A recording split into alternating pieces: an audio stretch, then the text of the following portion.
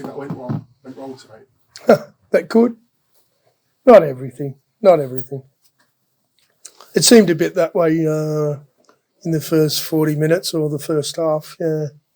But some of that was controllable, some of it wasn't. Some of it was self-inflicted. Some of the errors that we came up with and some of the penalties that we gave away to let our opponents out of their half too easily. So those things we can control. There was a couple of things, that picking up an early injury and picking up a Suddy had a bug and wasn't right before kick-off, and that sort of went right up to kick-off time before he made the decision that he wasn't right. And so a little bit of disruption, but on a good day you overcome those things. We didn't turn it into a good day, particularly in that first 40. I just said to him, I thought they were very, very, very brave second half. I thought played with a lot of courage and, man down, and we're in there fighting for it, and, trying to get back into it.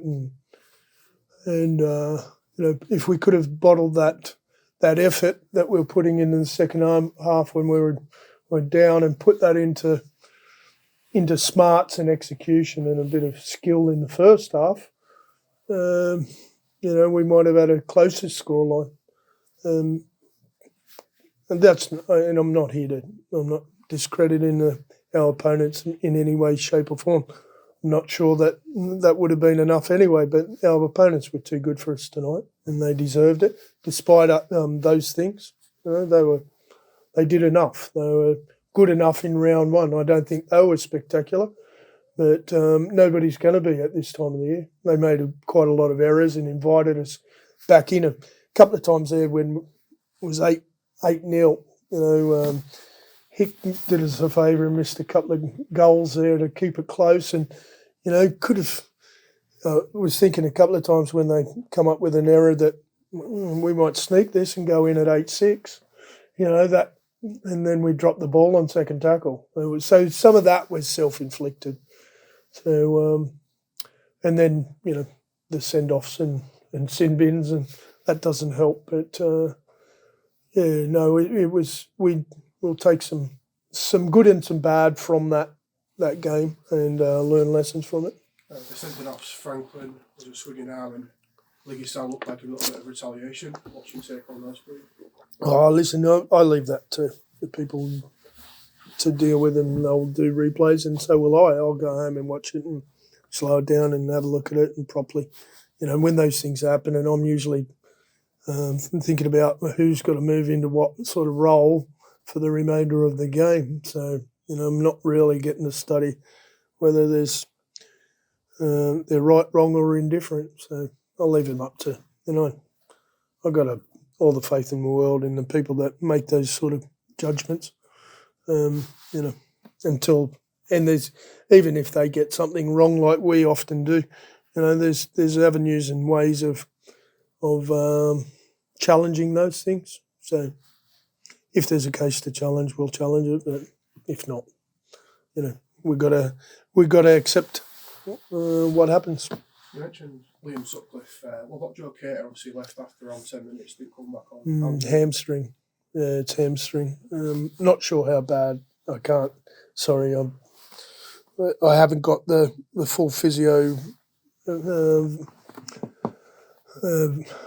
report yet. That I haven't had a chance to catch up with her yet to tell me what grade or what her guess on it is. But I followed him up the tunnel. It's quite significant. I would suggest he's got a bad gait at the moment. So we'll see. See what she says, and I think doctor said we'll get him scanned and we'll get a grading on that. But I can't see him running out next week. We've got a HIA with Danny, which that's his second one, so that means he'll probably miss the next two. So that's not the good news.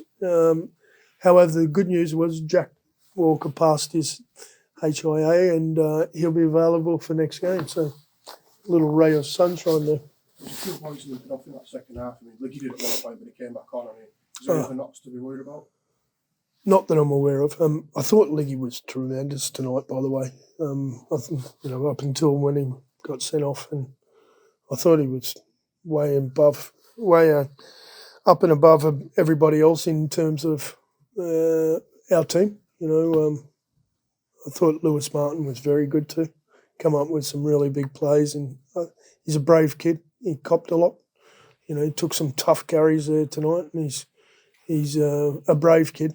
But he came up with a really big play to sort of try and keep us in the game at 14-0 when he comes from the far sideline and puts the ball into dead ball from the in-goal area. I thought it was a real smart piece of play from a young, enthusiastic kid. So there's some things that we'll take from it, but we've got plenty of improving to do and some smarts to get on top of as well. They said some stuff on the TV about dealing with the emotion of the occasion properly. Can you expand on that a little bit?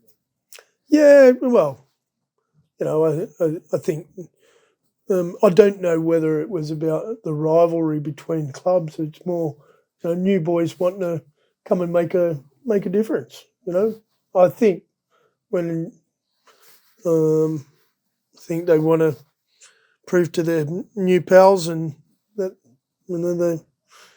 they can make a difference here. It wasn't about. I thought for most of the match it was played in pretty good spirit. I think there was one little blowover, maybe a couple, but no, I wasn't insinuating they were overhyped for.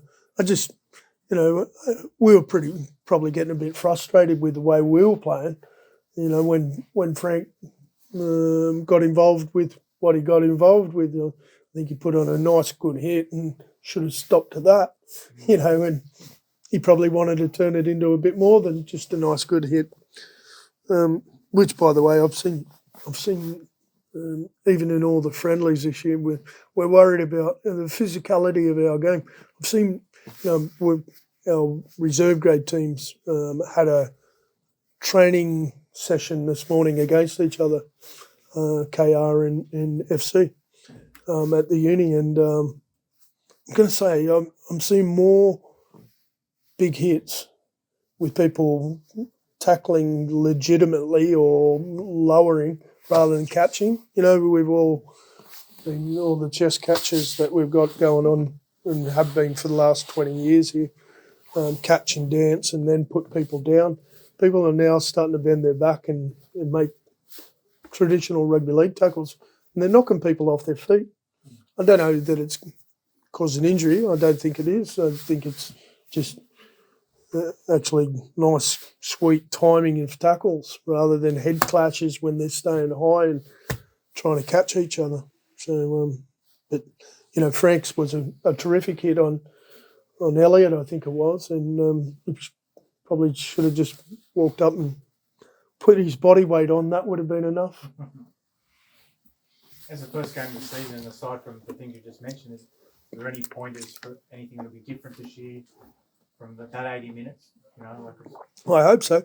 I hope we play a bit different. I don't mean different for you in the future. I mean the way the game's played, refereed, everything, all that sort of stuff. Obviously, the atmosphere was great. So it's fantastic. That, yeah. I'm going to say, but just on a personal note, I've never had so many good lucks and best wishes at the start of a season. And I'm not saying that all my friends have just become caring. And I mean friends from other sports saying good luck. I think their awareness of our season starting is, part to do with us being first. Part of it's that. I think that's created some interest. But I think we're promoting our sport a bit more, and people are more aware that it started tonight, Super League. Rather than years gone past. My mates would say, "Good luck. When does this season start?" And we've played 3 games. So that's kind of where I think, and it's a new era, a new dawn for a whole lot of things. Really good news about referees as well, with with that appointment, I think he's a terrific fellow. Named Phil Bantham. Banth, I want to call him. I worked with him many years ago when I was with England, and he was a really impressive guy, just honest. As a referee, I found him that way too. He'd always, after games, Phil would come up afterwards and go, I think I got something wrong, and not many of them do that.